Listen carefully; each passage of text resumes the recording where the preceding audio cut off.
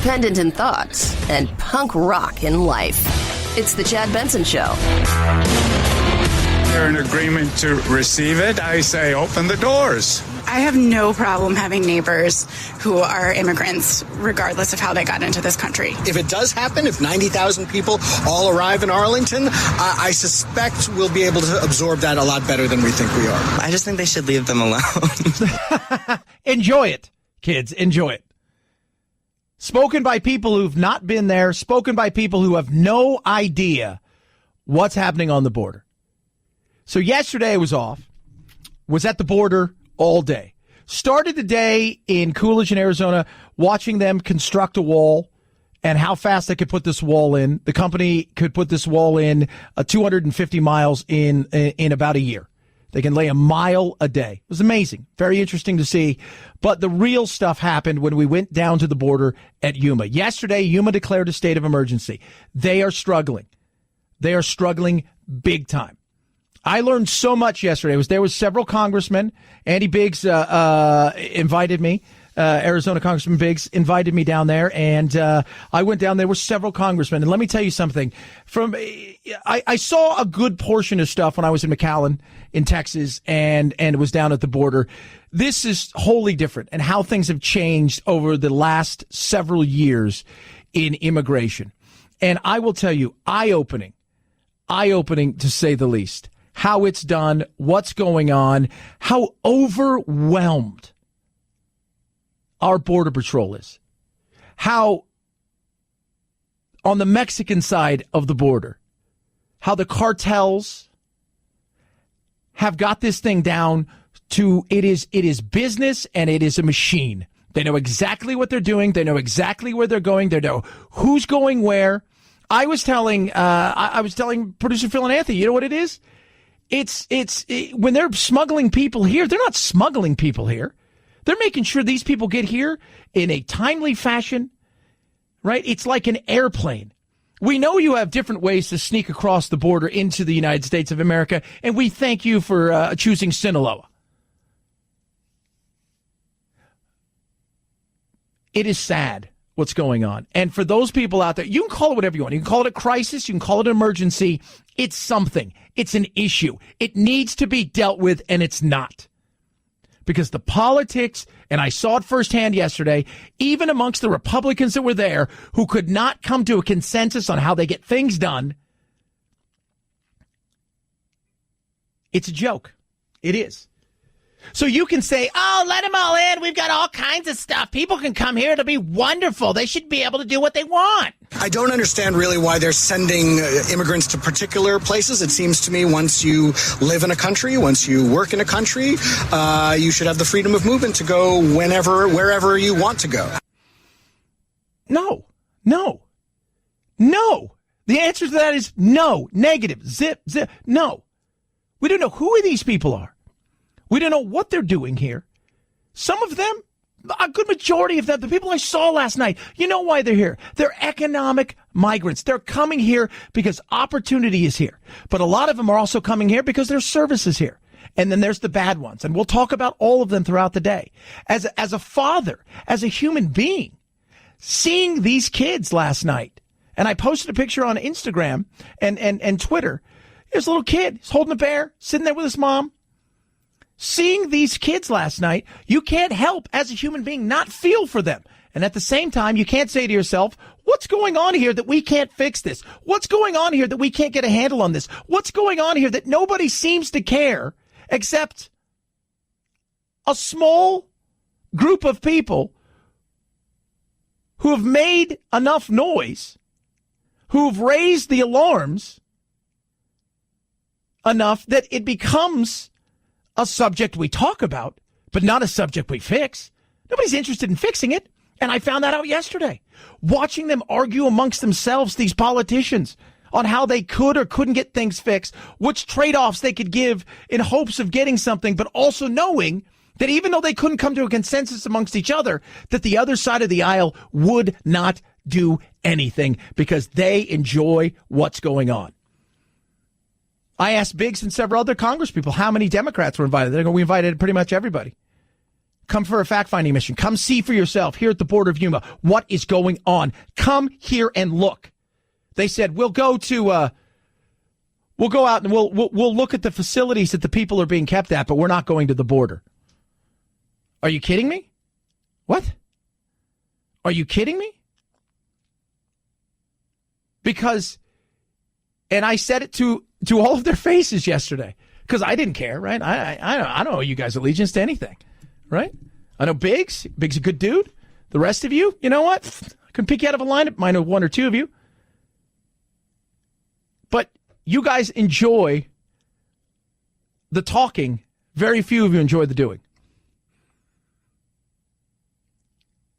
We talk about it all the time here. The money's in the disease. It sure in the hell ain't in the cure. This is a disease. We got problems on the border. Humanitarian problems? Absolutely. Dangerous problems? Oh, you betcha. And I found out a lot about that last night that you're just not hearing about. The things that go on that you just don't hear about. The stuff that happens that you're never going to hear about. It is frustrating. Absolutely frustrating. It is. 110%. But I know this.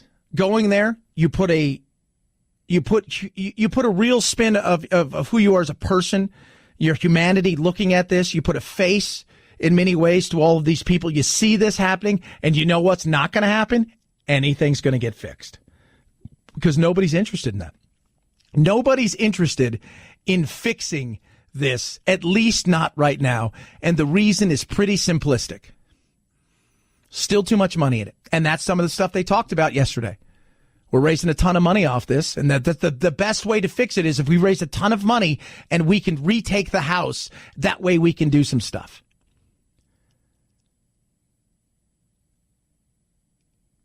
That's the best way.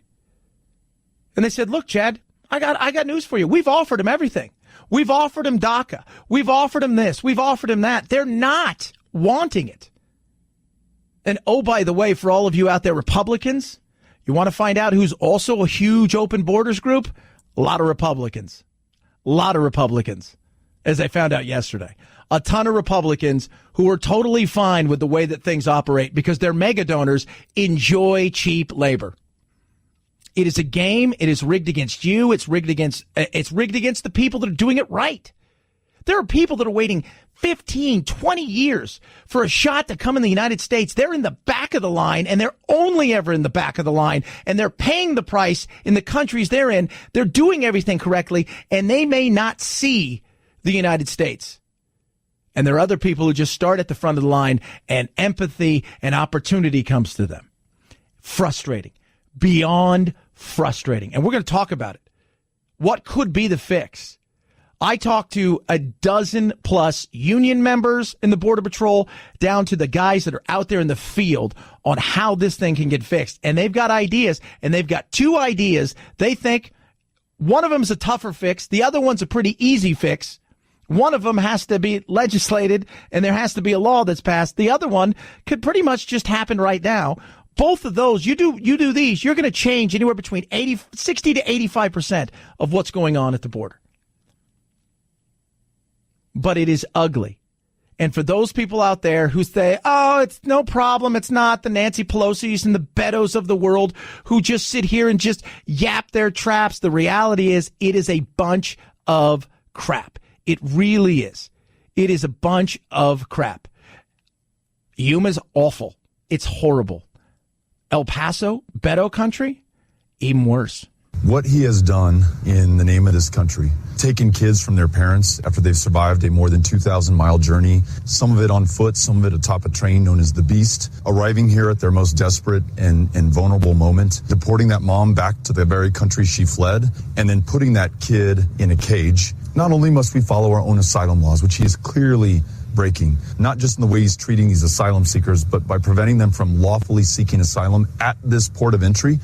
And that word right there, asylum, is the number one thing that needs to be changed. And I'll break it down to you on what it's so funny because I talked to God knows how many of them yesterday, but sat down with many of them across the board and, just anonymity. That, yesterday wasn't one of those sanctioned things. We're down there with politicians, but luckily we had the union members with us, which gave us an opportunity to get to places that nobody else is going to get to see things, to watch people being apprehended, if you will. And it's not apprehension. They're just handing themselves over. They're not even going, hey, we're going to run from you. They line up knowing exactly what's going to happen, because along the way they've been told what to say, what the key words are. It is a game, and they're winning. You know who's not winning? People who are trying to do it right. You know who's not winning? The American citizen and the taxpayer. You know who is winning? Politicians. 323-538-2423 at Chad Benson Show is your Twitter. You can tweet at us. The crazy, I guess I want to say she's 18 and she is obsessed with Columbine. Authorities had been searching the base of Mount Evans for someone they considered armed and dangerous and who they said had an infatuation with Columbine massacre nearly 20 years ago.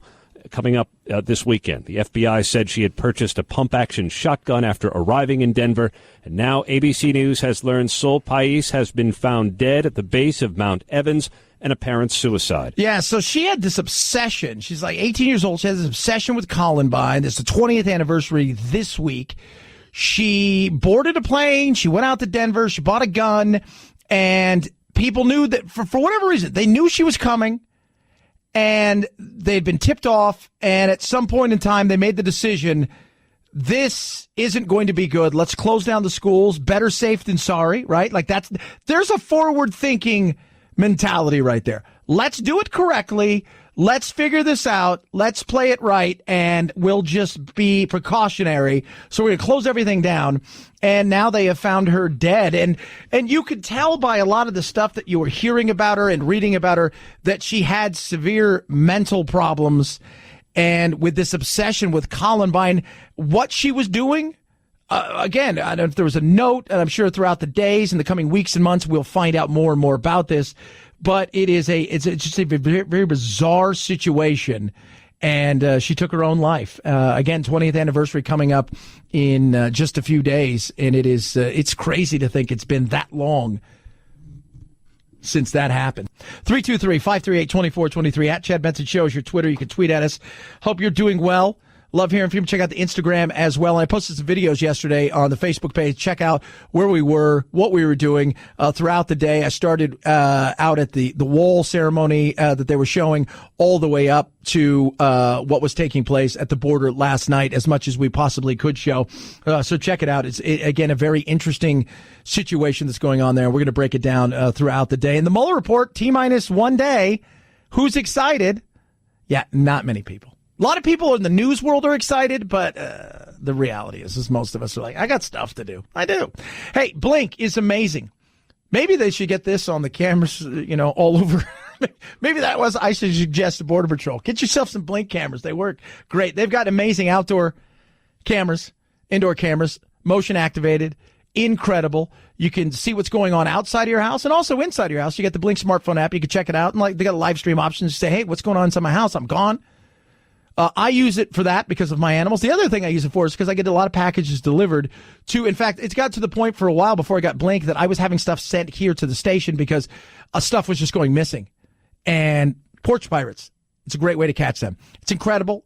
Easy to set up, wire-free, 2 AA batteries are going to last you about 2 years. Amazing. Right now, save up to a massive 42% on outdoor cameras, up to $200 on multi-camera XT systems through April 20th.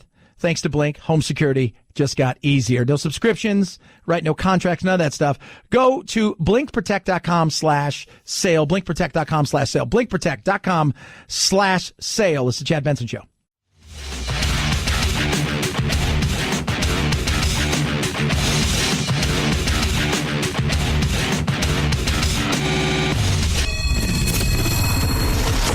Plea deal this. Meuller, arrest me. Chad will trade you 2 perjury charges for 1 collusion and throw in a reduced charge of obstruction for free. Yeah, I'd do that. For just listening to The Chad Benson Show. On the last day of taping for our 35th anniversary season, I wanted once again to thank you for your continuing messages of encouragement and support, particularly the many cards I've received from young people. Alex Trebek right there, who has pancreatic cancer, and pancreatic cancer is evil, because when you find out you have pancreatic cancer, it's when it's over. I mean, he found out he had stage 4 pancreatic cancer, and they just finished taping the 35th year of Jeopardy, and he was, it's interesting when you listen to him talk here. He's an icon. I mean, let's be real. He's an icon, and we're going to talk more about that because Time's got his 100 most influential people out. But when you listen to him here as he motors forward, and you could hear in his voice what it means to him. The staff, is already working on our next season, the 36th year of Jeopardy. So I look forward to seeing you once again in September with all kinds of good stuff. Yeah, I don't know. He's motoring along, he says. But when you listen to that, it feels, again, the survival rate for certain cancers is 95%. You catch it early, so it's so slow moving. The survival rate for pancreatic cancer is the exact opposite. It's like 5%, and it's because a lot of times you have no idea what's happening. And you find out. When I was out last week with the AMAC people out, I was talking to a lady who lost her husband. She said they thought he had the flu, and then he thought he had bronchitis, or maybe it was pneumonia. Took him to the hospital, and a month later he had passed away. He had pancreatic cancer. He had no idea. And it didn't, and it's sad because this guy is, he is one of those people that is definitely an icon here. 323-538-2423 at Chad Benson Show is your Twitter. You can tweet at us. Meuller report, talk a bit about that. 100 most influential people, and one of them I'm scratching my head at big time, asking the question. I've just asked it on Twitter. We'll talk about that as well. Bernie talks about being a millionaire and then gets, clapbacked by other people. Clapback. Ooh, that's very urban wordy. It's the Chad Benson Show.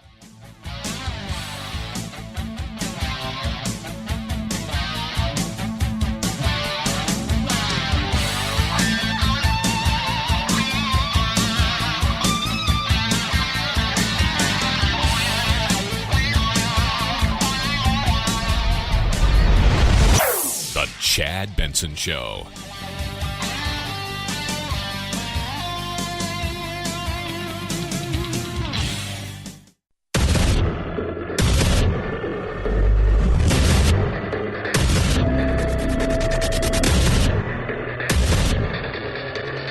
Independent in thoughts and punk rock in life. It's the Chad Benson Show. The only way that we can fundamentally address these flows is for Congress to act and to reinstate integrity into our immigration system. Ha!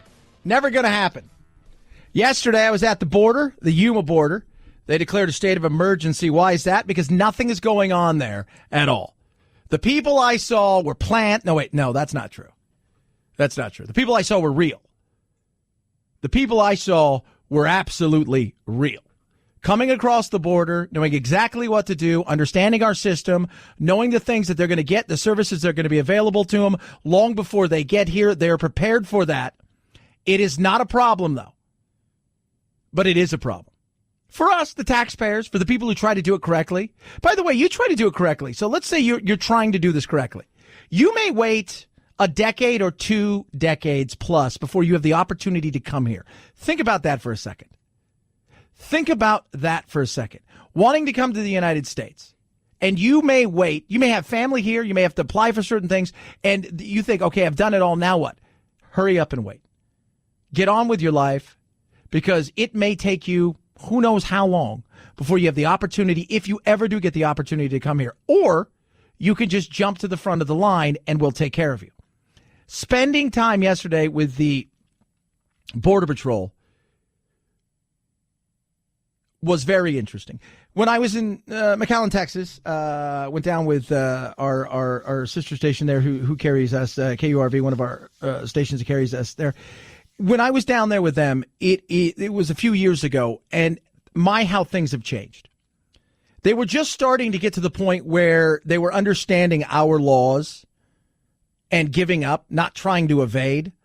Now everybody gives up, minus a few different places, because they understand. They're not, the more the merrier. They want a bunch of people. They didn't care that we were there being surrendered to last. They didn't care any of that stuff. They want to be seen. They want to be essentially apprehended. They want to go into the system because they know the system's going to spit them right back out, and away we go.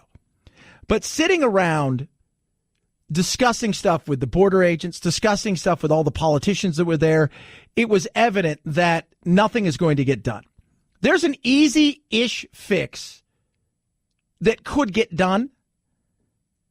It would not stop it, no matter what we do. I don't care how many walls you build. And for those of you who want to say, we build walls, and I will get 10 people that'll text me or tweet at me in the next 10 minutes. Build wall, build a wall, MAGA, build a wall.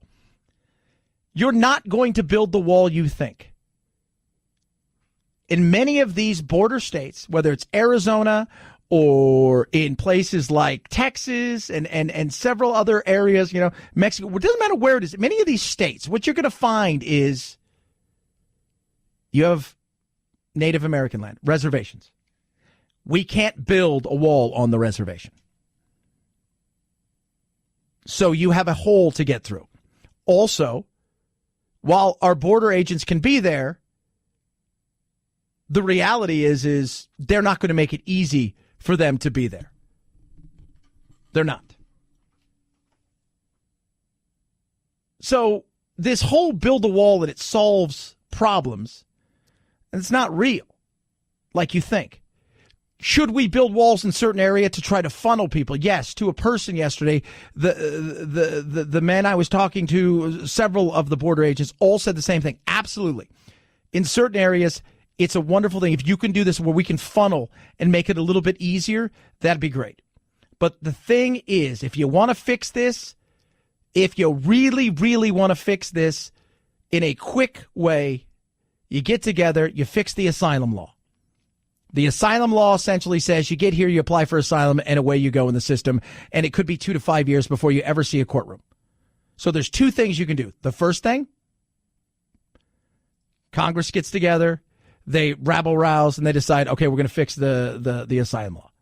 And we're going to do like a lot of other countries. You want to come to America, you're passing through Mexico, you go to the consulate, you go to the embassy there, you apply for asylum, and then you wait in that country. Right? You apply for asylum and you wait in that country. Not here, not living a life, not getting the benefits, not doing all the things that you're doing. No. You wait there. That would, as they say, slow down, and if not, in probably 80 to 85% of what we're seeing come in mass migration, knowing the laws, knowing everything and how they're working against us, that would solve a lot. If you're not going to do that because, laws, you got to do laws, and you got to do laws, you got to get together and you be like, hey, Democrats, and like, hey, Republicans, like, we should do this. And like, no, I don't want to do this. And wink, wink, nudge, nudge. Yeah, I understand what you're saying. Let's fight about it and go raise money. So that's why that's not going to happen. So Trump has another thing he can do. And this is something. He can do something that has nothing to do with changing the law, all to do with administrative, and give the rights of the Border Patrol to be the first one for credible fear interviews. Now, when you go in right now to the courtroom, if you show up there, you go on in, you sit down, and then you see a judge, and the judge is going to decide this is going to be your interview for the credible fear. Is there real credible fear for you based on our asylum laws? Yes or no? That takes a while, and then a lot of what happens is they turn you loose from there. Then they'll try to establish whether or not there's credible fear, and you're supposed to come back again. What they want to do is let the Border Patrol be the first ones to interview to find out if there's credible fear in a real situation where you find yourself in danger based on the fact that your country politically is trying to do whatever they're doing, suppress you, kill you, whatever it is. Something that Trump can do. Will it get done? Probably not. Remember this. Having spent time with several politicians in the last several years and really spent time yesterday watching the battle of what's happening with immigration, nobody's really wanting to get it fixed, but a very small few inside of our political engine. Nobody does. The money's too great. The opportunity to get out there and do what they do, raise money. And unfortunately, and this is something I was saying yesterday, our founding fathers predicted a lot of what would take place. It wasn't meant to be easy to get bills through, to get laws passed. They didn't want it to be easy. The one thing they never predicted was social media, which plays a huge part in how things are done nowadays. They didn't predict that. Because of that, it's really made the tribalism in our country so insane that getting a lot done, it used to be give, take, get frustrated, work on stuff later, do a few things. Wasn't going to be easy. Wasn't going to look like the bill that you wanted to get through, but everybody got a little bit of something, and we all gave up a little bit of something, and those are the trade-offs, and we can kind of live with it. It wasn't perfection for one side or the other. We've changed all that now.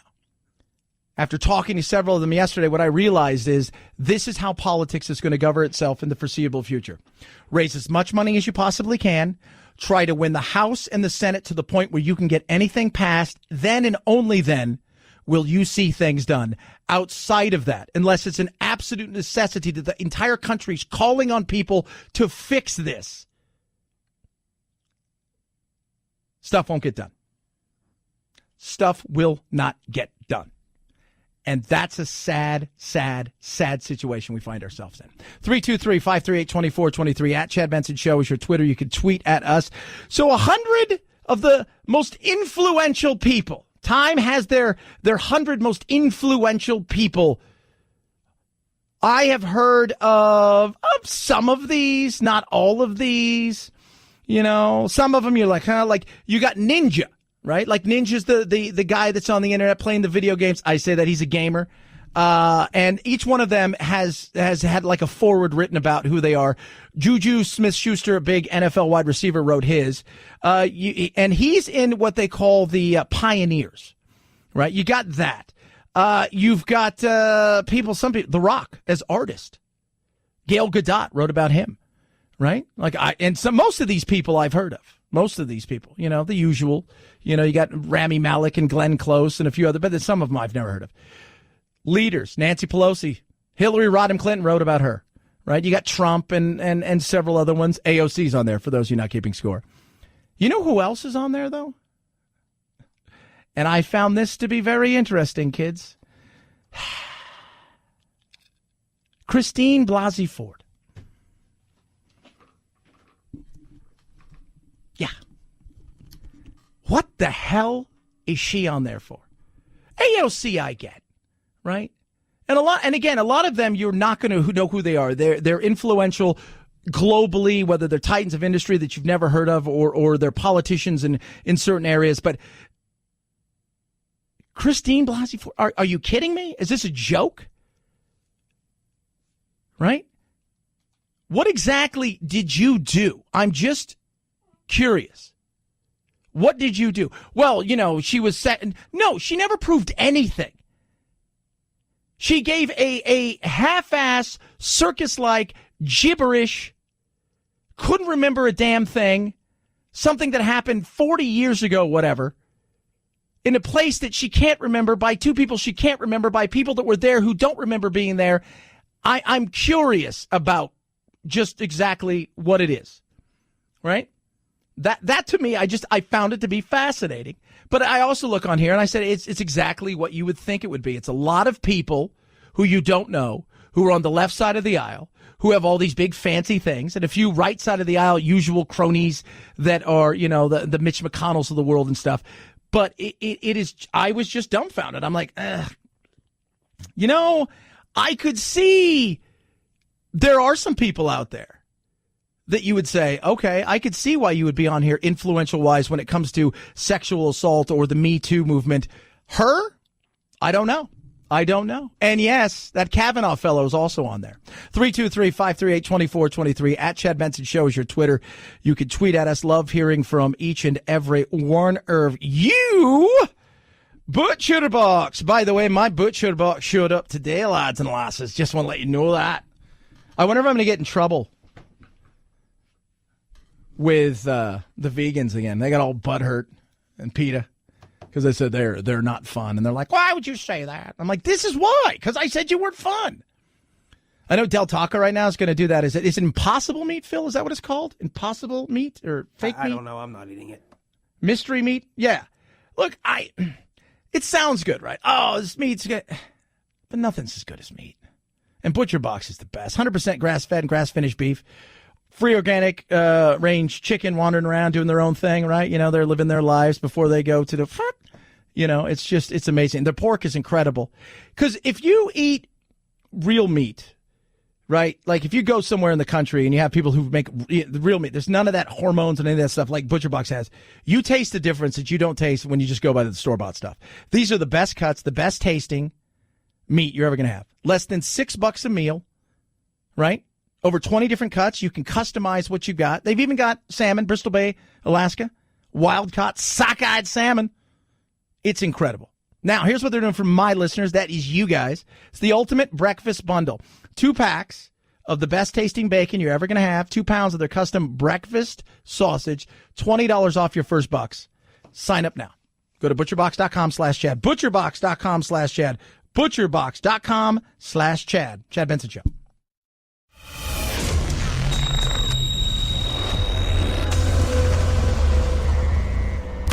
Deep states?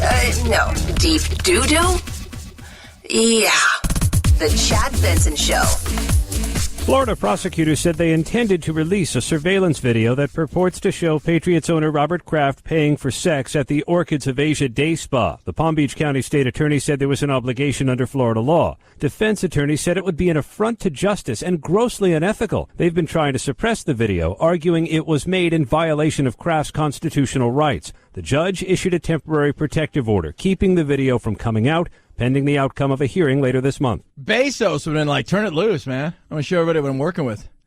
Bob Kraft's like, no! Bezos like, hell yeah, you seen me? I'm ripped and yoked, worth $1 quadrillion. It's going to get out, right? Like, it's there. That's the thing. And if we know anything, and there's a perfect example, you know, the Meuller report's coming out tomorrow and the redacted version, and everybody screams, hey, there's no redacted version, no redacted version. That's my Nadler impression. So that's going to come out tomorrow, and they've redacted certain things. And the reality is human beings inherently can't keep their mouths shut because they want to tell somebody. Like, your secret, the secret is a gift to you, right? It's a gift to you. But you want to gift it to other people. So this thing, whether the judge says it can never come out, it's going to come out. Because somebody somewhere is going to get a copy of it that makes $15 an hour. And they're going to go to somebody like TMZ, and TMZ is going to say, I'll give you $100,000 for it. And you say to yourself, okay. Right? That's why when, like, Tom Brady breaks his phone because he doesn't want to give it to the NFL, people are like, he's guilty. It's like, no, I'm not giving those people anything of mine that they're going to take, and then that could get out. This is my personal life. Yesterday, so I'm on the border in Yuma, and we go to an area where it used to be a Kentucky Fried Chicken. It's been closed for a few years, but the guy who bought it said, I'm going to fix it up and return it back into a Kentucky Fried Chicken. He had no intention. What they did is they tunneled 600 feet from the border in San Luis right to this place, and they were funneling drugs through. And it was like, it had electricity, and it had like a cart you could push things in and out of on rails, the whole 9 yards. And when we were talking to the Border Patrol, they said, you know, one of the things that you will never see is they will never, ever take migrants through tunnels. And I'm like, really? I'm like, why? Because they'll talk. They'll talk. They'll get caught. They'll ask them where they came from. They'll talk. Because human beings inherently what? They can't keep their mouth shut. Like, they cannot keep their mouth shut. And I'm like, oh, I see that. Just like this. Doesn't matter. Somebody's going to get a hold of a picture. Somebody's going to get a hold of a video. You can almost guarantee it's going to come out at some point in time. The fact that it exists means that it's coming out. Last week, K-pop girl group Blackpink set the record for the most YouTube video views in a day. Let's kill this love. Just under 57 million for their new song Kill This Love. And just days later, that record shattered. K-pop boy band BTS now holds the record thanks to their new song and video Boy With Love, featuring Halsey, which scored 74.6 million views in its first 24 hours. And it's also the fastest video to 100 million views, doing that in just under 2 days. Insane. They're breaking all records, BTS, and I think they're K-pop, if I'm right. Maybe J-pop. Lots of pops with the letter in front of them. But I counted them out because they are on Time's influential 100 list. There are 7 of them. So they're rewriting the boy band thing altogether. They're almost a boy choir. Because it used to be 4 or 5. Usually you had 5 guys in a boy band. And then eventually there'd be that bad boy who thought they were too good or whatever, the JT or whatever, and they would step away. And then you'd be left with 4. And so like Zayn did with One Direction kind of thing. And this has 7, though. So you have a lot you can get rid of. You could even split them up in 2 and go shirts versus skins. 323-538-2423. At Chad Benson Show is your Twitter. You can tweet at us. It is the Chad Benson Show.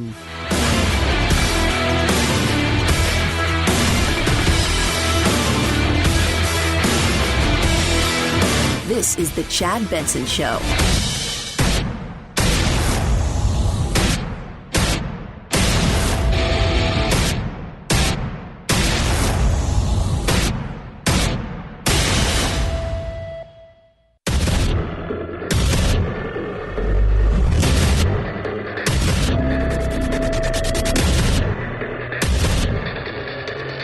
Independent in thoughts and punk rock in life. It's the Chad Benson Show. How do you feel about sanctuary cities? Oh my God. I think they're great. I think it's really important that we, as a community, stand up for all of the people who are in our community, whether or not they were born here. I think America's a melting pot, and so everyone should be allowed to be here. And I tend to be sympathetic towards sanctuary cities just because I'm sympathetic towards immigration in general. Okay. There you go. People are sympathetic. It's a wonderful thing. What if they moved in your neighborhood, right? Like, that's the whole point. It all sounds great, right? It all sounds like, oh, what if? It's a wonderful thing. Sanctuary cities. We're giving sanctuary to people who broke the law, who came here illegally, who jumped to the front of the line. I was at the border yesterday, Yuma. I was there during the day. I was there at night. I was there in the darkness of night, watching people come across the border, surrender, and get put into a system where they know the system is set up for them, not for the taxpayers.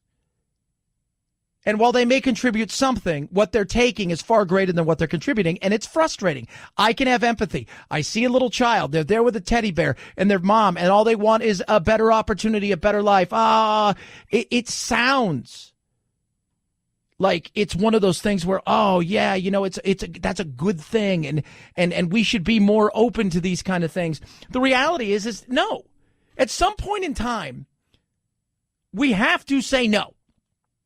We have to fix a problem that has been, whether Trump has created this artificial make-believe crisis emergency, which, by the way, having been down on the border, and this is the 4th or 5th border I have been to, and I've seen how they've changed over the last several years. It is not artificial. It is not make-believe. Political crisis? Well, it's a political bonanza. But it's an issue. It's a humanitarian issue. It is tough as a human being to see these people struggle. At the same time, we live in a world where we have put something together here in this country that makes people want to come here, and them breaking the law to get here does not do us any good. Both sides are complicit. Both sides, they love what goes on. They love the debate. They love the anger. They love raising money. They love playing politics. They don't want a solution. Neither side really sees this, minus a few, as a real problem. Most of them see it as, well, we're going to get something out of it. Our mega donors will always make sure we have enough money because we'll make sure that cheap labor is going on. Paul Ryan, one of the biggest open borders people, as I found out, and I've talked about before. Chamber of Commerce, another one, not your local chamber, but the Chamber of Commerce, is totally fine with the blind eye. Turn a blind eye. The other side of things, the Democrats love it. Their hope is eventually they'll get to a point where they're going to be able to give amnesty to millions of people that will shift red states to blue or purple, give them an opportunity to have power that is just going to be tremendous. And for a lot of people out there, even Republicans, while they rabble-rouse about it, the reality is as long as you're fiefdom safe, nobody cares. Right? How does this affect me? Well, let me tell you something. It pisses me off. It does. And it should piss you off, too. Because we have politicians who, quite frankly, aren't really sold on getting anything done.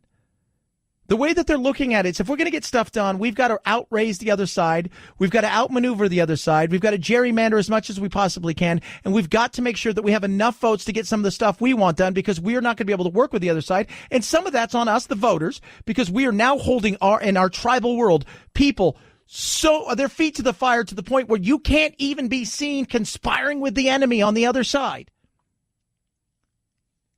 It's BS. It is absolutely BS. It really is. And we have states that are basically looking at the government saying, we're going to do our own thing. It's a pick and choose scenario here. It is. Pick and choose. Hey, we're good with this. Well, I think if they're in agreement to receive it, I say open the doors. I have no problem having neighbors who are immigrants, regardless of how they got into this country. If it does happen, if 90,000 people all arrive in Arlington, I suspect we'll be able to absorb that a lot better than we think we are. I just think they should leave them alone. Oh, we'll be able to absorb it. Here in Phoenix, we've had, 20+ thousand? The services, they're feeling it day in and day out. We have a crisis here. Yuma's feeling the same thing. Border cities are feeling it. If it doesn't affect you, you don't care. If it affects you and it becomes personal, you take an interest in that. You absolutely take an interest in that.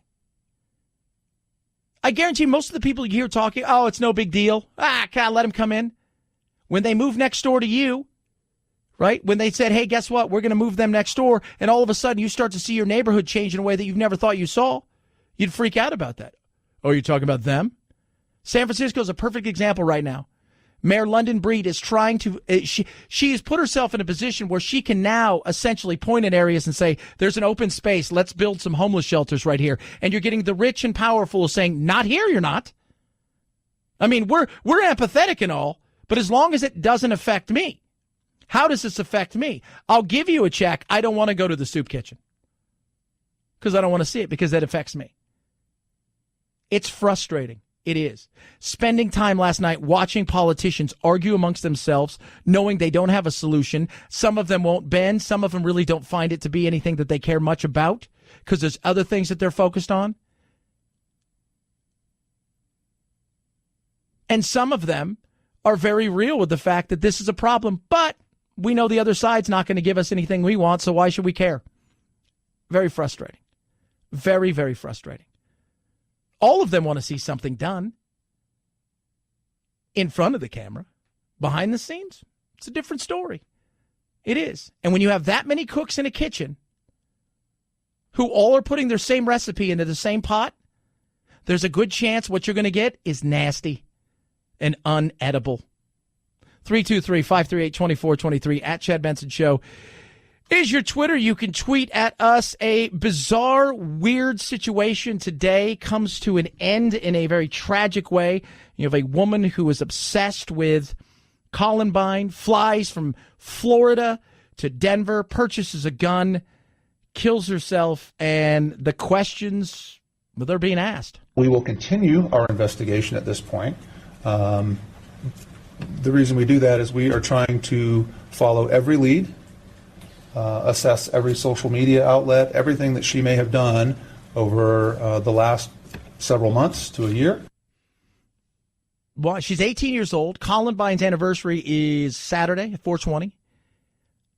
For a lot of us out there, it's bizarre to think, first of all, it's been 20 years. She was 18. How exactly did you get to this point where you become so obsessed with that? And for a lot of us also listening, it was the first shooting that was a real-time mass shooting, and where we covered it in a way where we saw it going on. We saw it. There was helicopters in the sky. There were news cameras there. We see kids fleeing the building. We see kids falling out of the building, people who were shot falling out of windows. We see it from top to bottom, what is going on. Others we hear about, Kent State or what took place. I think it was Luby's, and you had the McDonald's, I believe, in San Diego. A lot of these things were in a much different time, where it was a snippet right there on TV and breaking news, and the next day you read it in the paper. But this was real time, and she was obsessed. She was absolutely obsessed. So she lands, she goes, she buys a gun. People in Denver are not quite sure what's going on. They said, hey, we're going to close the schools because this is a situation where we feel we have to close the schools because we think she's an imminent threat. And then later on, they find her. The FBI recently just confirmed that they have found Ms. Paez deceased from an apparent self-inflicted gunshot wound.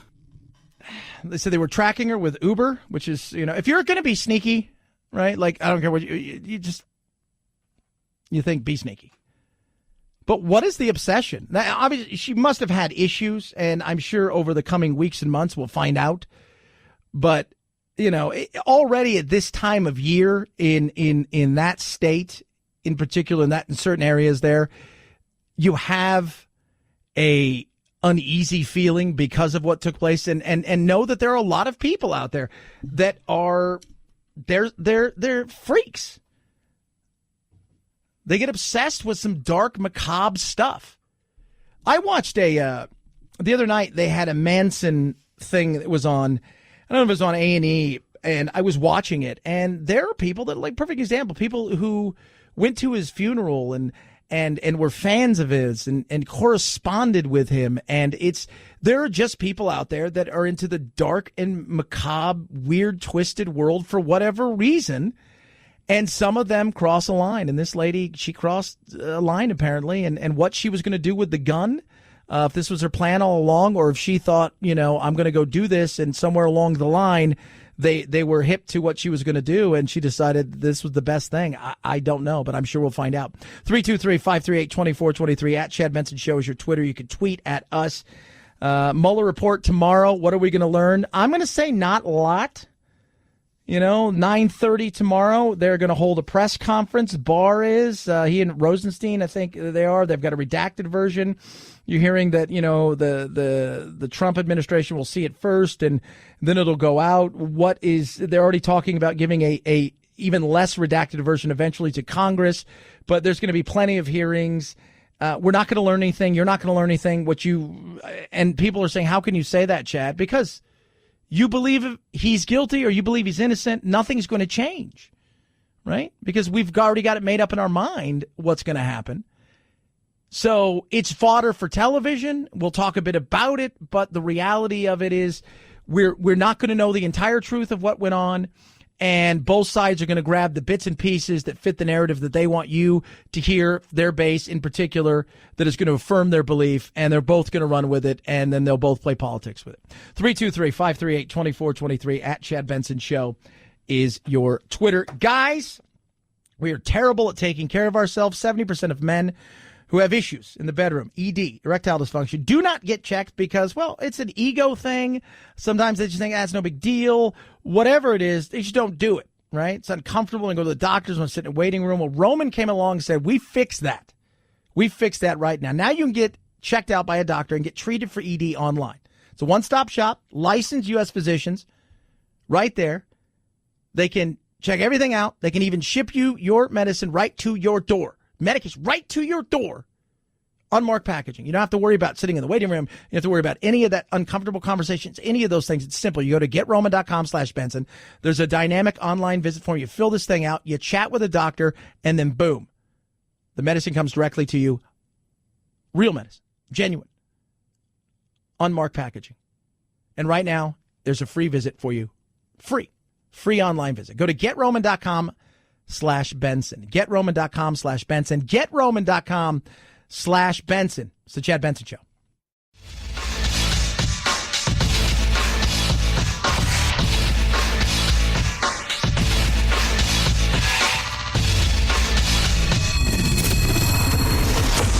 The Chad Benson Show, where we reach across the aisle and occasionally poke someone in the eye.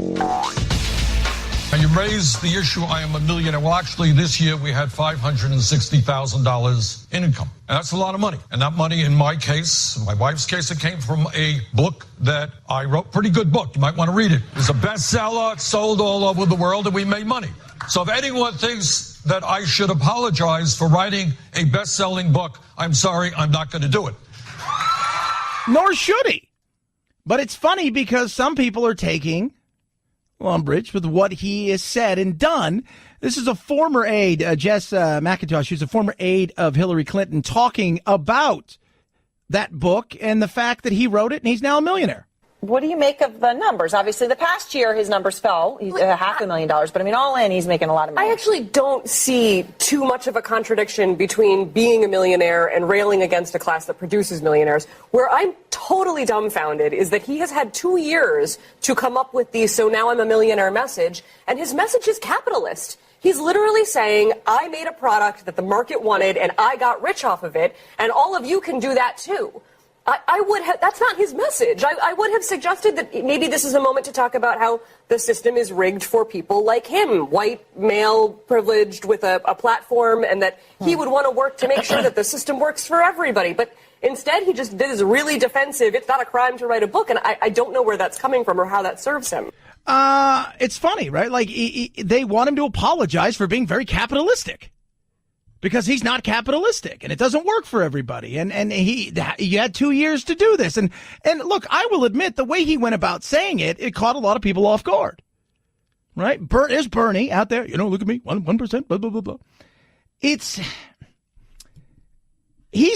Right now, we're just 3-4 holes into 18 holes here when it comes to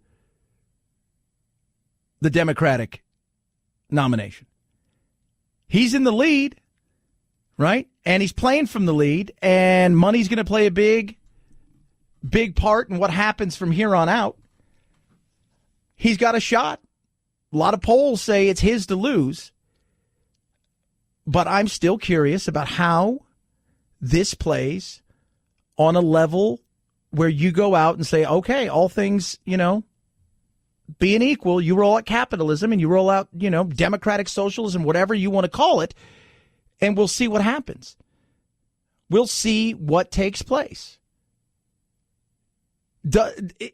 Are people ready to make that jump? Are people ready to do that? The reason we have so many people coming in from all over the globe is because America has built something here based on the fact that we have capitalism. And people see opportunity. They're not coming here. They're not rushing to places where socialism has been, entrenched for years. Nobody's trying to break into Venezuela. It's quite the opposite, right? They're trying to get the hell out of there, right? Well, Chad, it's totally different. People are trying to get to, yeah, I know, but that's a free market society. And what he's advocating, a lot of what he's pushing for feels a lot more Venezuelan-y than what goes on in places like Sweden, where they have school choice and they don't have a death tax and all of that's a different thing. Very interesting. We'll find out. Capitalism versus socialism. What you got? It's the Chad Benson Show.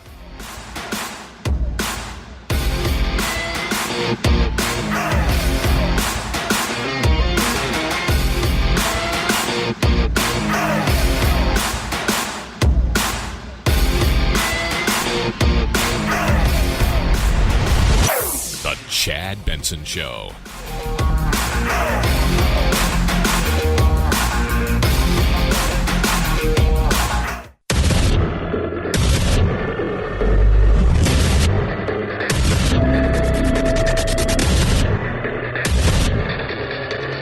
Independent in thoughts and punk rock in life. It's the Chad Benson Show. Donald Trump is the arsonist who gets the credit for putting out the fire. He is going to cause worse outmigration and asylum seeking from Central America by cutting off all U.S. aid, and then he wants to be the person who gets the credit for stopping it. What we need is someone who will not play games or politics with people's lives or the security of this country, but will invest in the smart decisions and policies, like investing in Central America to stop the outflow before it even begins. You're not going to have that happen. And what Trump is threatening to do is interesting. We've given $700 million to the triangle, they call it, Honduras, El Salvador, and Guatemala. We've given $700 million over the last few years. I think it's 3 years to them. It's a lot of money. The problem in so many ways is corruption in those countries. That's not new. It's a sport. It is so ingrained into the culture of politics there that's 700 million, right? You give each one of them 160 million, 170 million over X number of years. That money just disappears into the coffers of the people that are running those countries. Very little of it trickles down to the average person. So you can talk all you want about, we shouldn't talk about that. No, maybe we absolutely should talk about that. Maybe we really should talk about what we need to do. I don't want a nation build anymore. I don't want to do it militarily, and I sure in the hell don't want to do it fiscally. If we're going to see our money go into places where corruption is so ingrained in a system that has been there forever, that you're going to continue to take from the coffers over and over again, you're going to pretend to be Robin Hood, and all you are is a person who's robbing from your hood. That is not good. But I understand why Trump talks about it. And by the way, you're not going to fix their system by giving them money. You're not, right? You're not. Joey Behar talked about it earlier this week, and we all kind of scratched our head. And if we sit here and act like there isn't a crisis, that it's crazy people living in border states that think that there's a crisis at but like I just said, help those countries. That's the way to solve the problem. Keep them there happy or whatever. Solvent, give them a house, give them food, help them, help their children. Even Nicaraguan, stop the crime rates. You're not going to. That's just it. Because you're saying, okay, here, person over there who runs the country, person over there whose party has been in power for years, where corruption is so ingrained into the culture that it's just something that happens. We're going to hand you money, and somehow you think it's going to get to the people that need it the most. Not going to happen. Isn't going to happen. Isn't going to happen. And when I've talked to many people who've come here illegally, they laugh at that and they say, you're just throwing good money after bad money and bad money after good money and this money over here. Hey, this is not the best thing that we could do with our money, but we're going to give it to you guys anyways. And they take that money and they piss it away. Everybody's getting rich at the top there. So spending yesterday in Yuma, I was able to watch, first of all, the politics of it all. They can't even agree amongst themselves how to get something done. They can't. They cannot agree what is it that they need to do to get something done, because they know in the end that the reality is nothing is going to get done.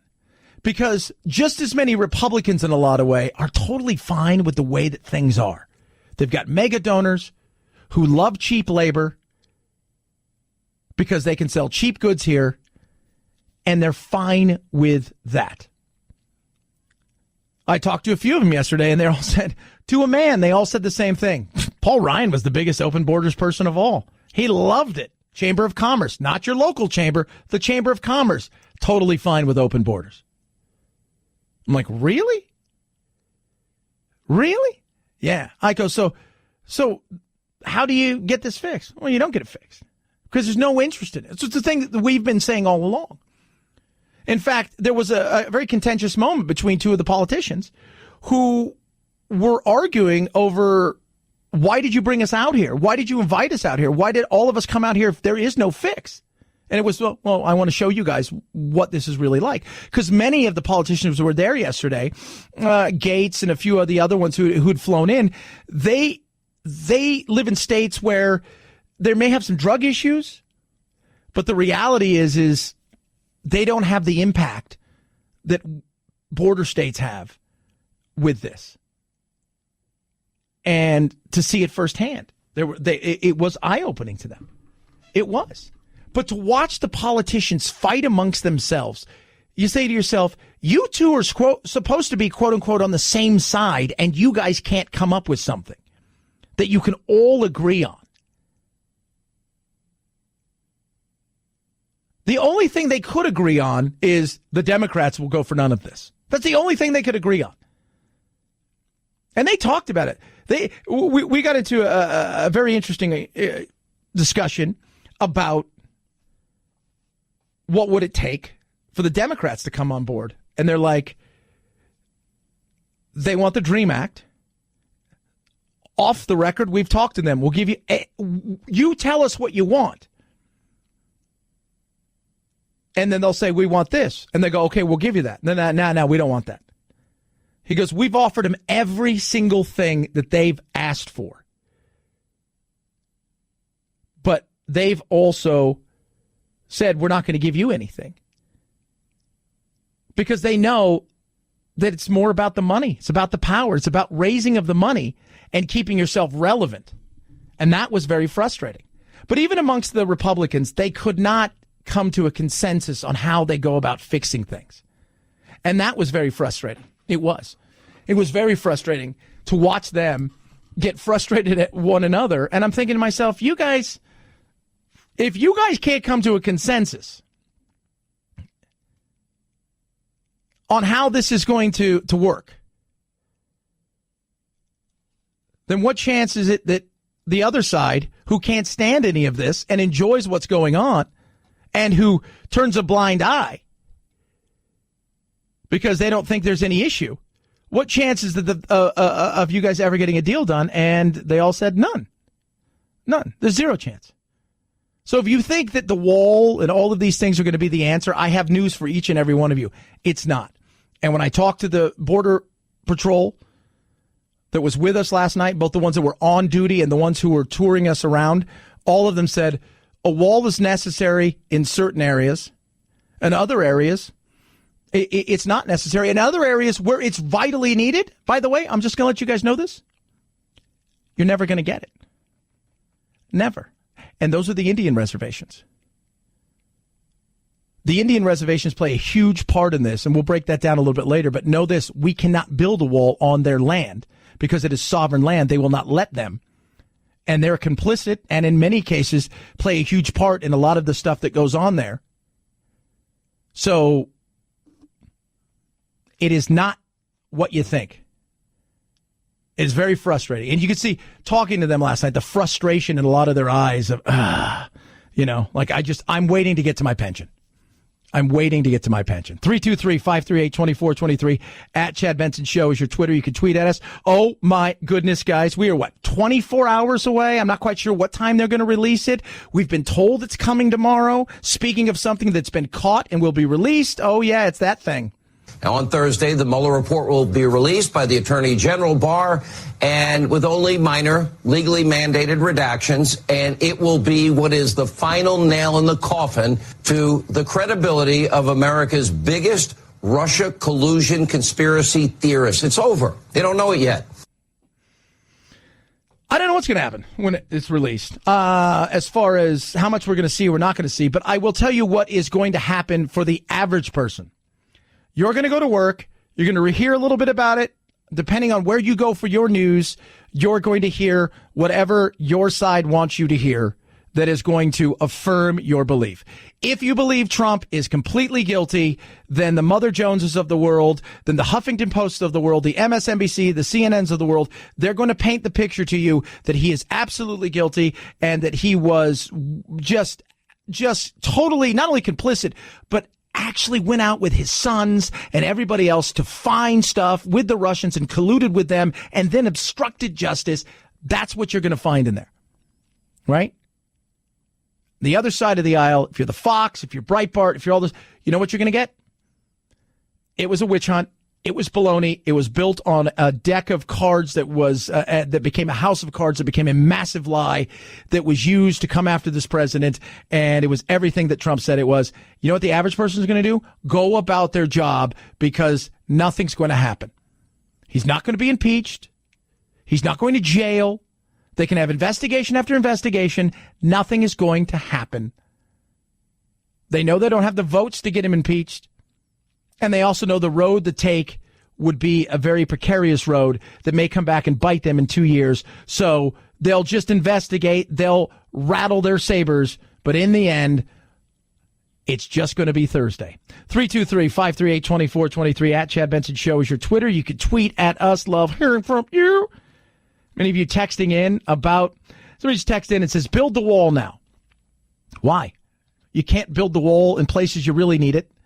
And you're not understanding until you go there, until you talk, until you see what's going on. And it's so easy to say, build a wall. You can't build a wall on Indian land, right? Right? So Native American land will not let us build walls. They won't even let us put in roads. So it makes it harder to get out there. They can go out to those places, right? They have the right for immigration to go out to the places. But in many of the areas in Native American lands, they make it, as the Border Patrol is telling me, virtually impossible to get to these areas. So that's the place that so much happens on the illegal side when it comes to drugs, and also aliens of interest, aliens of special interest, which are people that are from countries that we've identified as terrorists who would like to do harm to us. They try to get them through there because nobody's out patrolling them. And many of the, they said, off the record, wink, wink, nudge, nudge. Yeah, a lot of these, even though the drugs have destroyed many Native American communities, the reality is the money for the top, upper, it flows both ways. And they're okay with that. So building a wall in Yuma or El Paso or in several other places isn't going to do a lot of good if you can't put it in other places where you can just walk right through.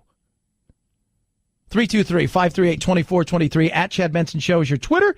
You can tweet at us. Love hearing from you. Lightstream, incredible. Let me tell you something. Credit card debt is growing in this country, and nothing can eat into your bank account and into your chance to build up savings and wealth like paying too much for interest. That's where Lightstream comes in. Credit card consolidation loan from Lightstream is easy. It's amazing. You can get rates as low as 6.14% APR with autopay. Loans up to $100,000, no fees. You can even get the money same day you apply.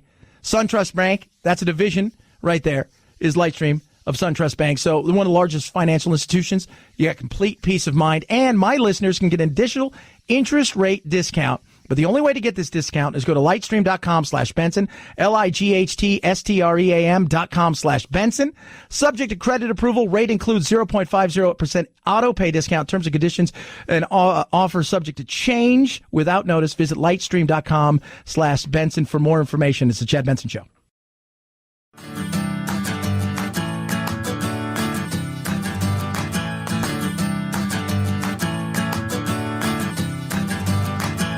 Running with scissors sounds great compared to this. Say what? Many of you are texting in because Christine Blasey Ford is part of the 100 most influential people.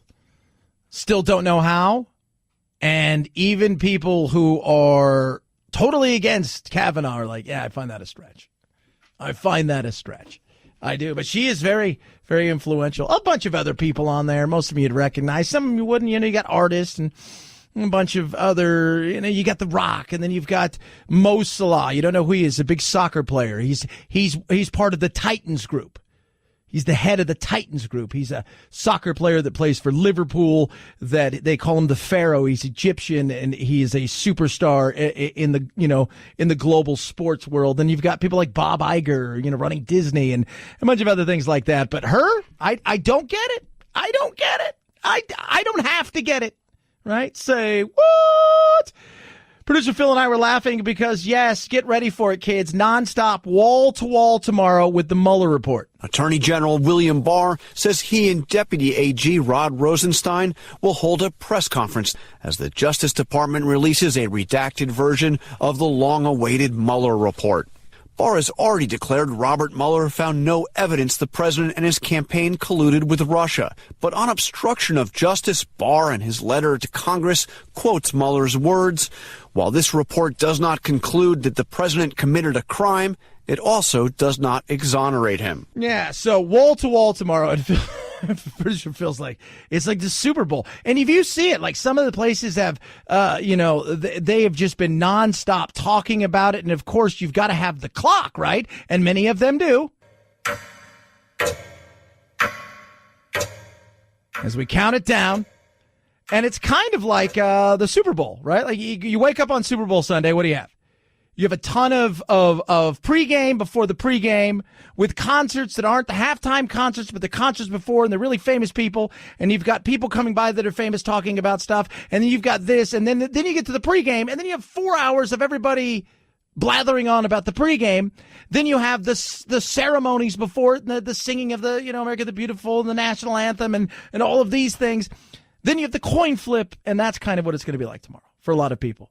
But the difference is it's going to take a long time for people to read through this thing. And what we're going to find out over the coming days is much of what we already thought was in there. And if you believe certain things, you're going to be like, say, what? I was right. And if you believe that he was guilty or innocent, or you believe the other side, you're going to say, what? I was right. Doesn't matter.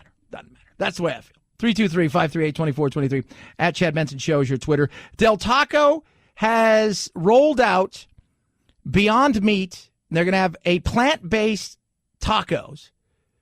Right now, you can get them in San Diego, Los Angeles, Oklahoma, soon to be in 600 of the Del Tacos across the country. I don't know.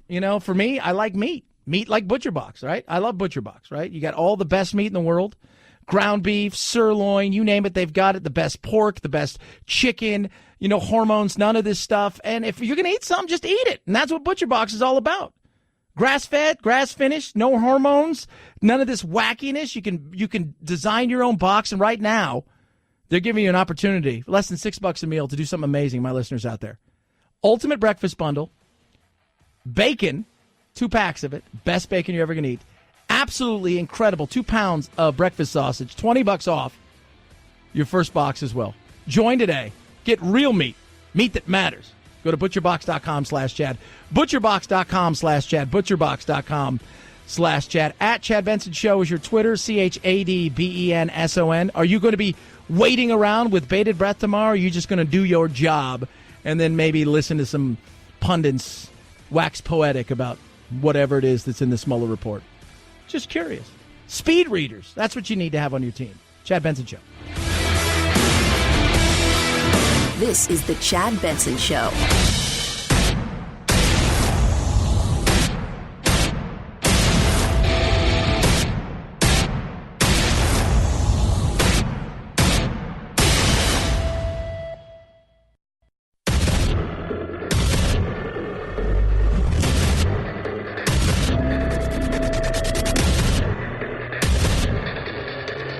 Independent in thoughts and punk rock in life. It's the Chad Benson Show. What he has done in the name of this country, taken kids from their parents after they've survived a more than 2,000-mile journey, some of it on foot, some of it atop a train known as the Beast, arriving here at their most desperate and vulnerable moment, deporting that mom back to the very country she fled, and then putting that kid in a cage. Not only must we follow our own asylum laws, which he is clearly breaking, not just in the way he's treating these asylum seekers, but by preventing them from lawfully seeking asylum at this port of entry. Asylum. It's a word right there. It's a word. Lot to dive into there. So yesterday, Andy Biggs and several Congresspeople were kind enough to invite me for a trip to the border. It started with us going out to watch a demonstration of the wall of a company that's bidding on the wall. And we'll dig deeper into that and crony capitalism in a little bit. But it was followed by about 12, 15 hours at the border in Yuma, which yesterday declared a state of emergency because they're being overrun and inundated. The facilities are completely overloaded, and they're having to turn people almost immediately out into the streets that have come here illegally. So yesterday I spent a long time at the border, and I'm talking right on the border, right on the border. I'm not talking about like from a distance. So we're there. We're watching people walk across and surrender, the whole 9 yards. It was interesting. But the word there that he used, asylum, Beto, right? Because nothing's wrong, Beto, right? And for as bad as Yuma is, to a man that I talked to as far as every single Border Patrol agent, as well as the union members and the reps that were there, all of them said El Paso is awful. If you think this is bad, catching 600, 700, 1,000 people a day, and go to El Paso and see how bad it is. See how bad it is and how understaffed and overworked they are. But asylum, that is the word. Asylum. I asked all of the Border Patrol agents last night. You could change one thing. And I asked them separately. I didn't want them to be in collective. Oh, yeah. No, I asked them all separately. We had dinner with them. We hung out with them. We drove in different cars with them, pulling them aside, just chatting about everything, life, the whole 9 yards. What's it like? How long you been out here? I said, you get one thing that you could change that you think would solve a majority of this, or maybe all of it. What would it be? To a person, they all said, asylum laws. Change the asylum laws. Change the asylum laws. Make them like other countries. So in other countries, if you want to apply for asylum, right, you do not go to the country and apply. What you do is you're usually traveling from another country into another country. You find the consulate, right, the embassy. You then apply for asylum there to the nation that you want to go to. So if you're escaping somewhere, right, you're escaping wherever, right? You're fleeing a dictator or somebody who, their country, they want to kill you, and you get to who knows where, right? Whatever country, somewhere in Europe, right? You get to Germany, but you want to come to America. You don't come to America. What you, in theory, you would do is you would apply for asylum in Germany, and you would wait to hear if you are granted asylum, then you'd come here. The way we've worked it is you come here, you apply for asylum, and then you go off and you live your life. And chances of you getting asylum are slim to none. About 4% is what I was told yesterday. I've heard different numbers, but from the mouths of the people that are dealing on a day-to-day, it's about 4% that are actually granted asylum. They said if you change the asylum laws, this would solve a good majority of what you're seeing, 80, 85% of it. But you have to change the law. That's not going to happen, because neither side is going to be able to come to any kind of rational conclusion or common sense fix to get it done. So what's next? Well, they all had talked about one of the things that has to happen is right now. So if you're a Border Patrol agent and you are there and people come to you and they take you into custody, okay, so here they come. They're giving themselves up. They want to apply for asylum. I'm going to process them. I have to go back. I have to do all the paperwork myself. I have to do all of these things, and that pulls me off the streets. But then what it does is it starts the clock rolling. And they told us yesterday, depending on where you are in the country and stuff, you're looking anywhere between 2 and 5 years before you have your credible fear hearing, which is your asylum hearing. Is a credible fear. What Trump can do is he can, without having to change the law, essentially get the officers who are on the border, who are dealing with this on a day-to-day basis, trained to be credible fear interviewers. Meaning, once they take them into custody, they can then, it takes about an hour, they say, to process them, but this would take a little bit longer, but then they could decide whether there's credible fear or not, which would immediately speed up the process. So instead of waiting 2 to 5 years for a hearing, that person could determine right then and there if this person is lying or not, and then they can appeal it, and they only have 10 days before they see a judge. So it speeds up that process. They say if you fix this process right here, either one of these is going to take care of majority of what's happening. Not all of it, but a good majority of it. I don't know if that's going to happen. Again, the whole asylum process and the catch and release, the frustration, you could hear it yesterday in all of their voices, is we are literally going to release people in the space of now because they're so just absolutely crushed as far as the services and the places that can take them. We're going to release them out within, we can hold them for potentially, in theory, they'd say 72 hours, but it's not a criminal case. What it is it is a administrative. So they can hold them essentially indefinitely. But 72 hours. They're not even doing that now. They're just turning them loose. And when they turn them loose, they said, what you guys don't understand is we essentially have to send them anywhere they want to go. And by we mean taxpayer money. So if you're in Yuma and you've got a cousin supposedly or an uncle or an aunt or somebody that you've given us an address to that we're really not going to verify, all we may do is look on a computer, they say, and see if that's really an address, then we're going to send you there. And we'll do that. A lot of times it'll be a situation where we're going to get you on an airplane, but you have no ID. And I was completely shocked. They were showing me all these pictures. These are migrants who are flying out of Yuma, right? So people that have come here illegally, they don't have any ID. Last night, the 40 or 50, and I've got pictures of them on Facebook and on Instagram and everywhere else, the 40 or 50, not a one of them had ID. Some few of them had some pieces of paper, but how much do you trust that? But they're allowing people to get on airplanes. And I'm thinking to myself, wait, what? Are you kidding me? You're allowing people to get on airplanes? And there's no ID? I need ID to get Sudafed? Very frustrating. It is. The system is broken. And yet at the same time, for politicians, it's working perfectly. They can raise money. They can rabble-rouse against each other. They can scream and yell and do all the things that they like to do. They can make themselves more important. They can go on all the TV shows and give you the sound bites they want.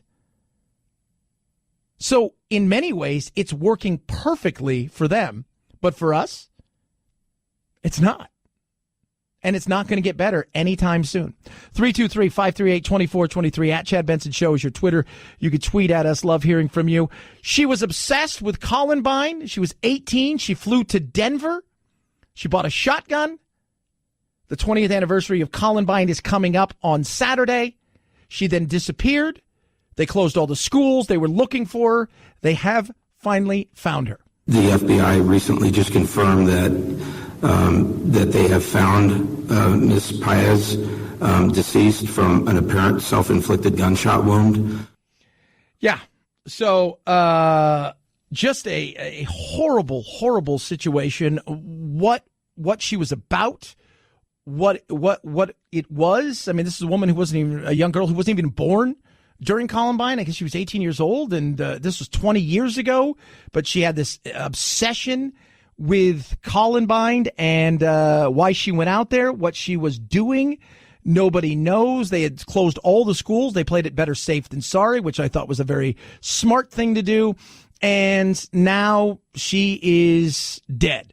They worried that she was going to do something, hence the reason they thought she had purchased a gun. What was she going to do with that gun? Nobody knows. But now what they're saying is that she killed herself, and it was an awful situation. But it was just a surreal thing. I mean, here we are, those many years later. First of all, 2 decades. I mean, think about that. 20 years, 2 decades that took place. And for many of us, it was our first real look at mass shootings in a way that we had never seen anything like before. We had shootings before, right? You can go back to, was it Kent State and all those kind of things. But, Luby's, there was a McDonald's shooting. I think it was in San Diego.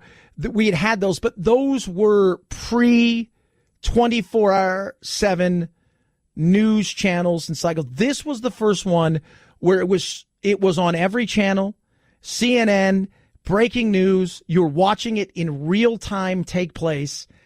And yeah. So who knows?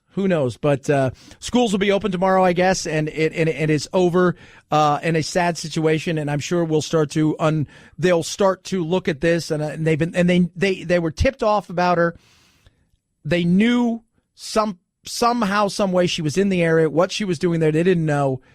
And they played it better safe than sorry. And now it's backtracking to find out what happened with this woman. What took place with this woman? How did she get to this point where she decided that this was something she's obsessed with, and who knows why. 323-538-2423 at Chad Benson Show is your Twitter. You can tweet at us. We're 24 hours away from the Meuller report. Do I think it's going to change anything? I do not. You're still going to have to go to work. Nobody gets the day off. And with all of that being said, it'll be a couple days before you find out really everything that's in it from all sides. Because if you want affirmation, you're going to go to the place that you like to find news, and you're going to get their slant on it that's going to paint the picture that you want to hear and which you already believe. Right? So if you're on the left, you're going to go to MSNBC and the Huffington Post and Mother Jones. If you're on the right, you're going to go over to Fox and Breitbart and all of that. But it's not going to change anything. If you believe he's guilty, you're still going to believe he's guilty. If you believe he's innocent, you believe he's innocent. And I'm all about transparency. I continue to hope that we're going to get a lot of transparency. I would like to know as much as we possibly can legally. At the same time, it's going to take a few days to suss it out. But I'd also like to get to the bottom of the Steele dossier. I want to also get to the bottom of how were these people interviewed and pursued? How were they, when it comes to the investigation, handled by Meuller?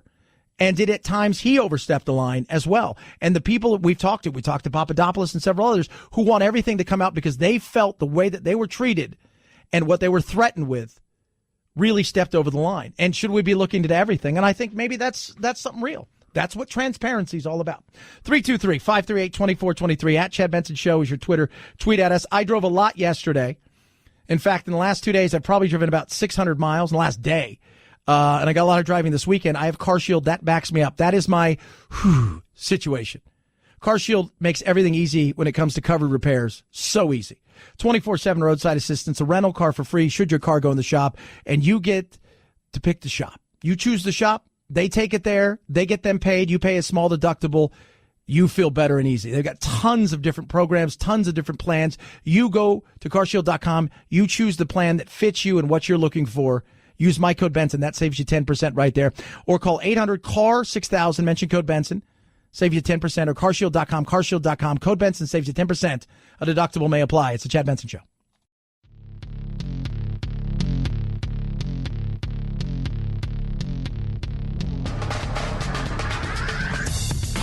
Serving up talk radio medium rare and dripping with irony.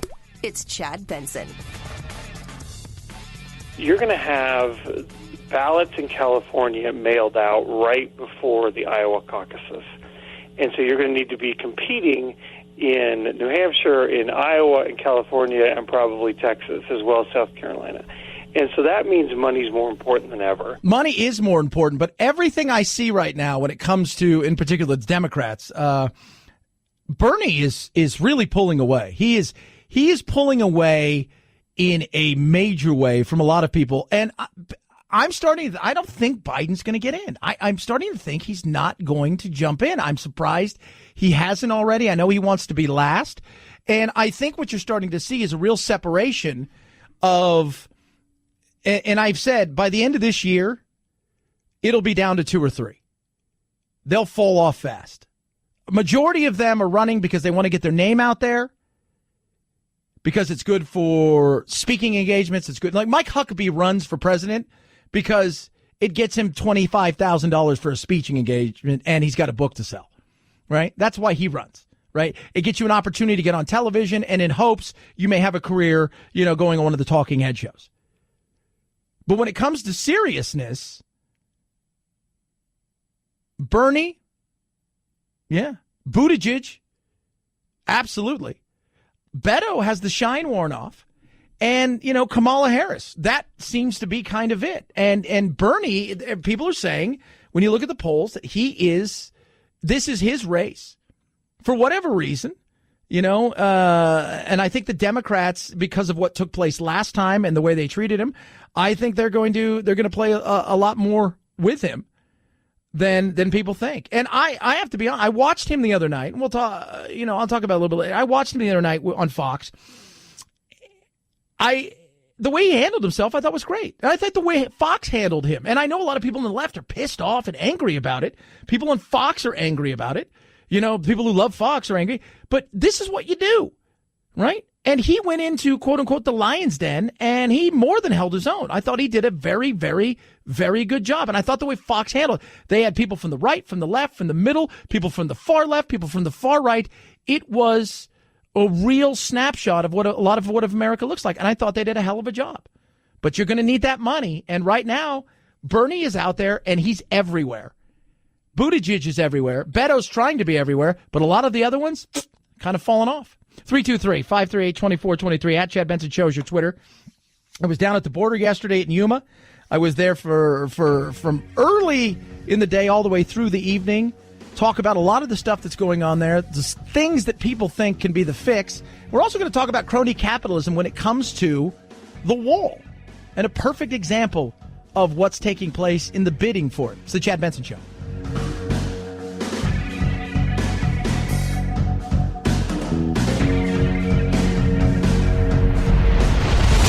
The Chad Benson Show.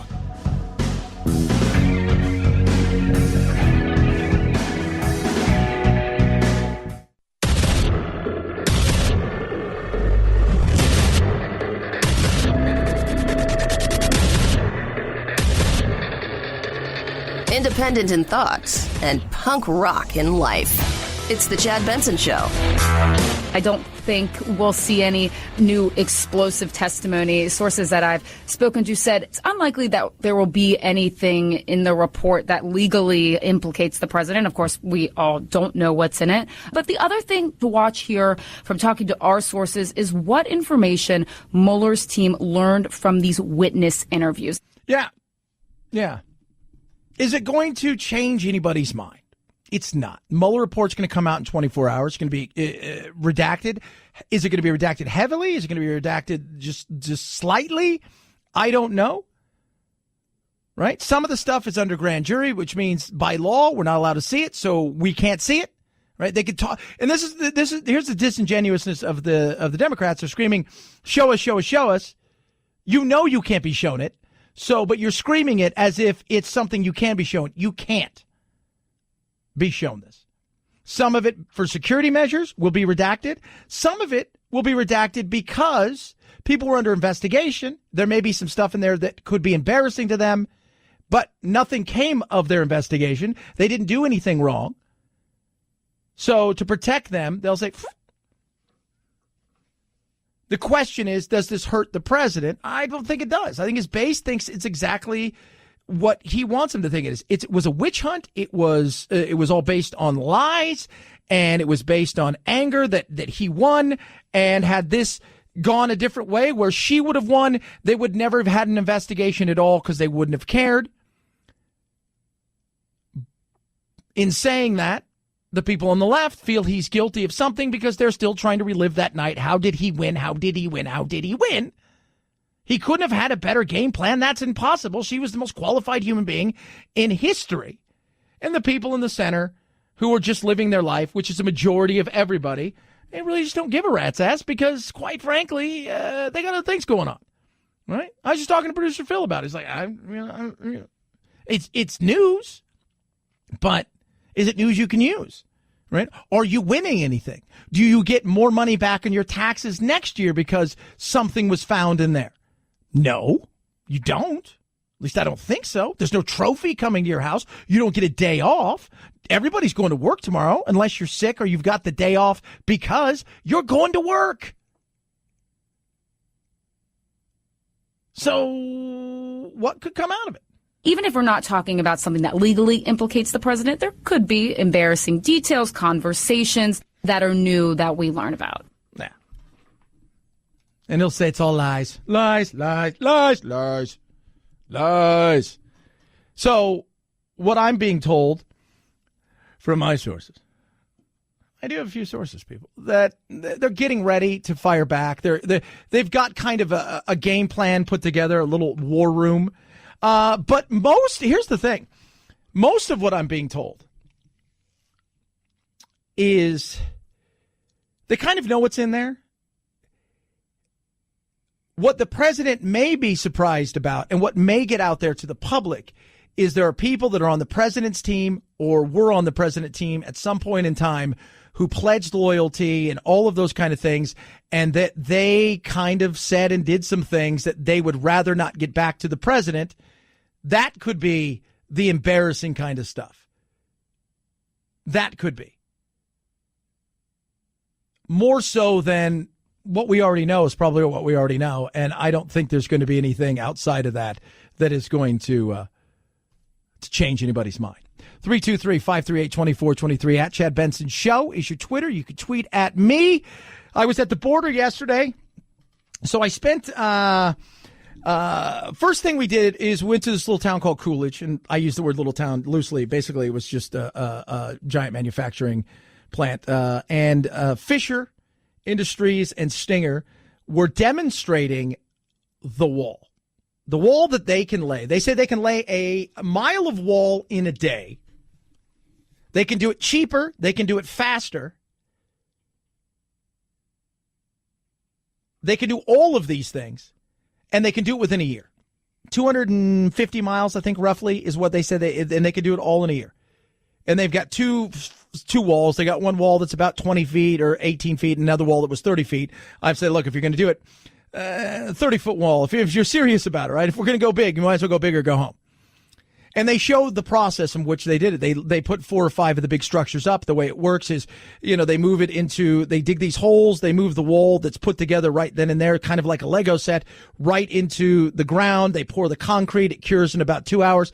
And they said it cures to 10,000 PSI, which he says the way the people that have won the bids now, theirs is only at 4,000 PSI, which means you could chip away at it easily, the concrete. They said, I'll give you any tool you want to try to break through this concrete. You're not going to do it. You're not. But crony capitalism was on display.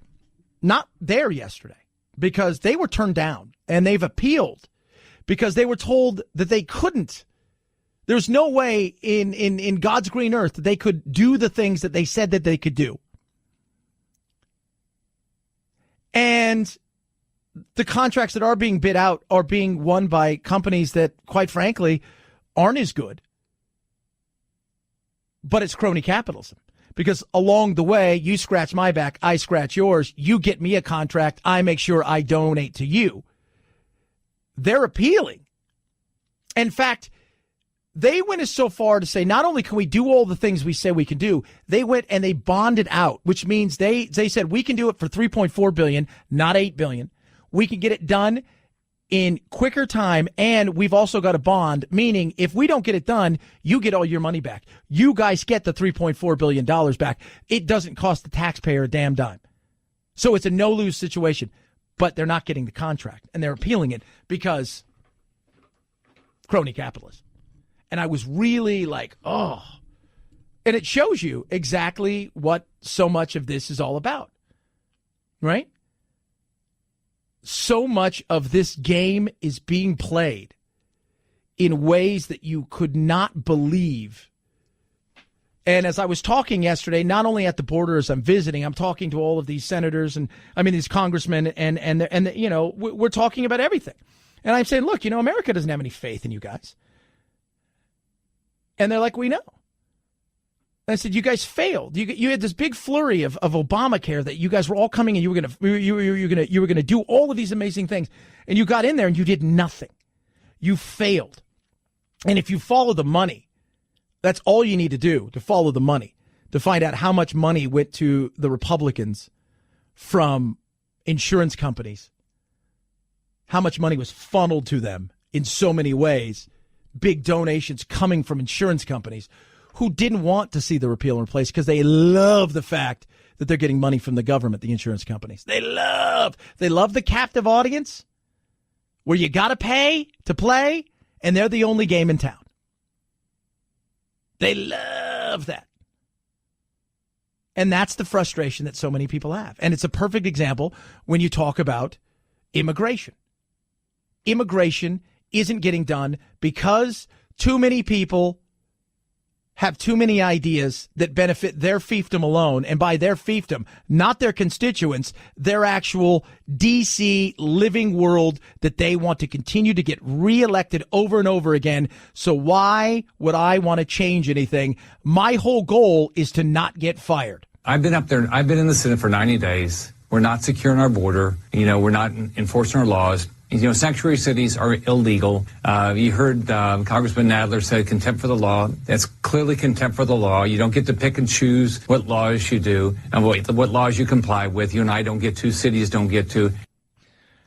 Rick Scott right there, former governor of Florida, talking about it. He's absolutely right. We pick and choose. But we do that with marijuana, right? Like marijuana is a perfect example where we pick and choose what state. This state over here's got legalization of marijuana, and federally it's illegal, but we're going to ignore the fact because we're going to allow states to have their rights and immigration. It's frustrating as hell. We've got a problem that could be solved somewhat. I mean, we're never going to eliminate, and that's the thing I was want to tell everybody. Everybody thinks that we're going to eliminate this. We build a wall and somehow we're not going to. Even if we have strict asylum rules and laws that change it where you have to apply for asylum outside of a country before you're allowed to come in here. So you'd have to, if you're from Guatemala, you go to Mexico, you have to go to the embassy or the consulate, you apply there, you wait to hear whether or not you're granted asylum, and then you come here. Even if we did that, we're not going to eliminate illegal immigration, but we can get to the point where we get it down where it's manageable in a much better way than what we have now. We absolutely can. But the powers that be on both sides of the aisle, there's nothing in it for them. D.C., the more that I work with people that are there, the more I have people who are on the inside, the more that you start to realize that it's, how does this affect me? Does this affect me? Am I getting paid? Am I losing money? Am I going to lose votes? Am I going to lose my seat at the big table? Because if I am, I don't care. I said last night, there's a majority of you, right, that are out there. I said, maybe some of you guys, maybe not, because how many of you are going to be honest with me? That if you thought you were going to lose your seat, but you could keep your seat, if you switch sides, you'd probably do it. And they all started laughing, right? Because some of them wouldn't. Some of them, honestly, some of them I met and spent time with, and they wouldn't. To a person, they were exactly who you thought they would be.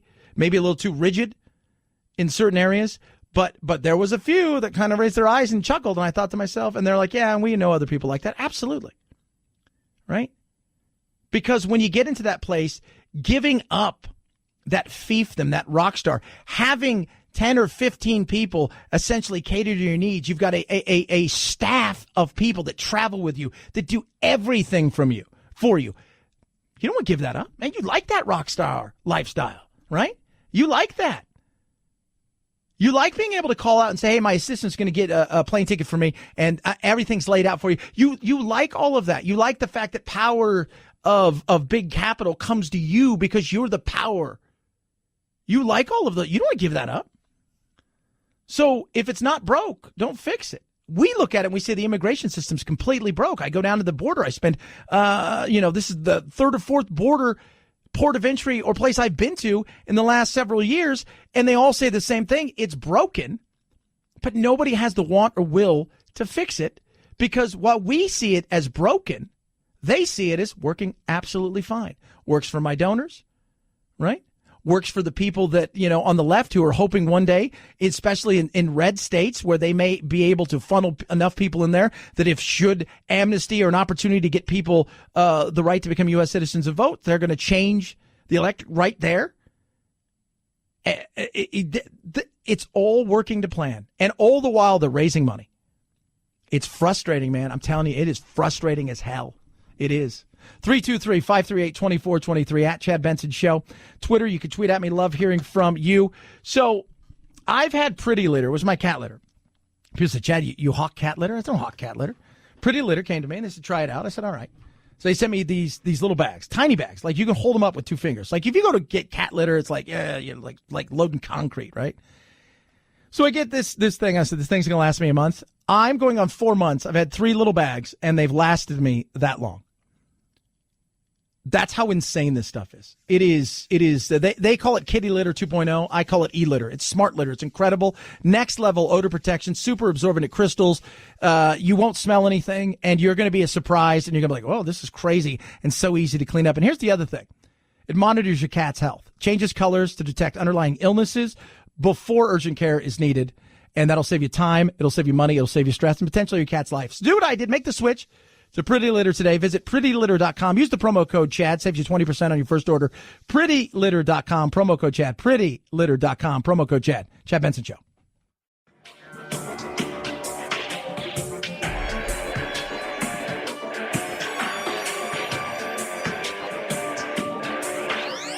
Warning, no snowflake zone.